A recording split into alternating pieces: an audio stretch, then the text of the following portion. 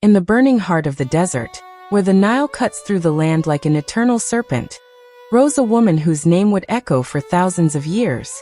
A queen who faced empires, captivated generals, and dared to challenge destiny itself.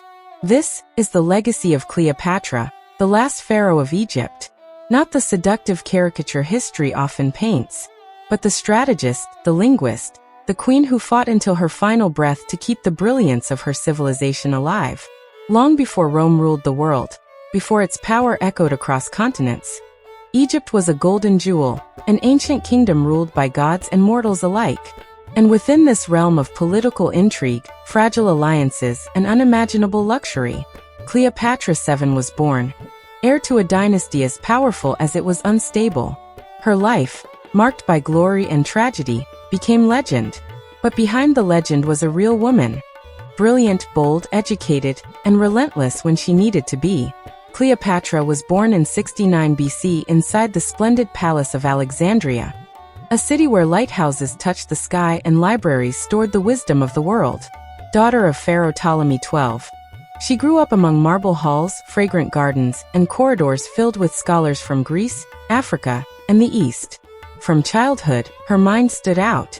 While other children played beneath the palace columns, Cleopatra spent hours in philosophical debates, poetry, and astronomy. She learned politics by watching her father deal with ambassadors and internal betrayals. By age 14, she already spoke 9 languages, including Egyptian, something rare among the Ptolemies, who primarily spoke Greek. And contrary to popular myth, her beauty wasn't what impressed most, it was her presence. Ancient witnesses said her voice was captivating, filled with charisma and intelligence. But as she grew, so did Egypt's instability. Debts, rivalries, Roman pressure. And in the middle of it all stood the young princess destined to rule. When Cleopatra's father died, she inherited the throne alongside her brother, Ptolemy XIII. Both young, both bound by a tradition that forced siblings to rule together and to marry. But Cleopatra, already a grown woman, refused to be a decorative figure. She wanted to truly rule. Tensions with her brother escalated quickly, fueled by ambitious advisors. Conspiracies spread through the palace halls. And at 21, Cleopatra was betrayed. Forced out of Alexandria, fleeing with only a handful of allies, she watched her kingdom crumble. But she would not be defeated. From exile, she began gathering armies, allies, and resources. She would reclaim her throne. And ironically, her destiny was about to cross paths with the most powerful man in the world, Julius Caesar. Rome arrived in Egypt amid its own internal struggles for power. Julius Caesar, with his military mind and political ambition, stepped onto Alexandria's shores to restore order.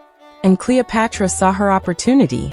In one of history's most iconic scenes, she secretly entered the palace wrapped in a carpet, or more likely, hidden inside a linen sack to slip past hostile guards.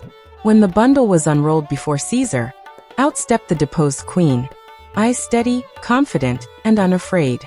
Caesar was impressed, not just by her appearance, but by her boldness, intelligence, and ability to think politically on a Roman scale. An alliance was born, and so was a romance. Against armies surrounding Alexandria, Caesar and Cleopatra fought side by side.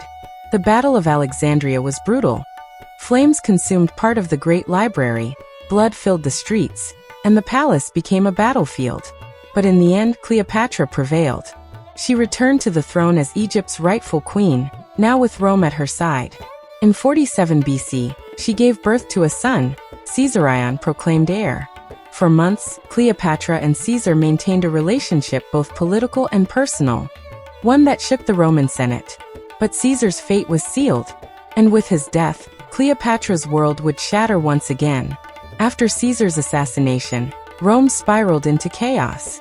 3 men rose to power: Octavian, Lepidus, and Mark Antony, the most charismatic general of his era. Mark Antony met Cleopatra during a diplomatic meeting in Tarsus. And once again, history bowed to the queen's presence. She arrived aboard a golden ship, purple sails drifting in the wind, attendants dressed as gods, rare perfumes filling the air. It was a calculated display of power. Mark Antony was captivated. What began as a political alliance quickly became a passionate relationship. the union of two ambitious, magnetic leaders. Together, they formed a political force feared by Rome. Egypt supplied wealth. Antony supplied military power. Octavian, Caesar's heir, saw their union as a direct threat. A clash between them was inevitable. War erupted between Octavian and Mark Antony. In 31 BC, at the Battle of Actium, the fate of Egypt and the Mediterranean hung in the balance. Cleopatra commanded her fleet alongside Antony, but the battle was disastrous. Strategies faltered, communication broke, and surrounded by smoke and chaos, Cleopatra made a desperate decision. She retreated with her ships to save what remained of Egypt. Believing she was in danger, Antony abandoned his forces and followed her, a move seen as betrayal by his troops. It was the beginning of the end. Months later, Octavian marched into Alexandria. The exhausted city could no longer resist.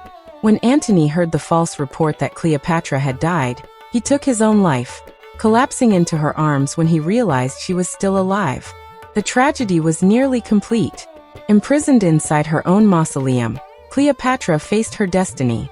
Octavian intended to parade her through Rome as a trophy, but she refused.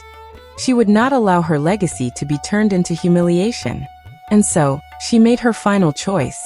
The most famous version says that an asp, a venomous serpent, was brought to her in a basket of figs. Other versions speak of poison hidden inside a golden comb. But the result was the same. The last pharaoh chose her own death. When Octavian found her body, Cleopatra lay upon her funerary throne, adorned like a goddess, majestic even in death. With her passing, Egypt ceased to be an independent kingdom. The age of the pharaohs ended. Rome triumphed. But Cleopatra became eternal. Her story, filled with brilliance, war, intelligence, and love, survived more than 2,000 years, inspiring artists, kings, poets, filmmakers, and dreamers. The queen who defied the greatest empire in the world lives on not through monuments, but through the incomparable power of her name. Because the immortal never disappear. They become history. They become myth. They become legend. And as long as someone tells her story, her love, her intelligence, her courage, Cleopatra will remain alive, ruling not over Egypt, but over eternity. Cleopatra, the last flame of Egypt, the woman who became legend.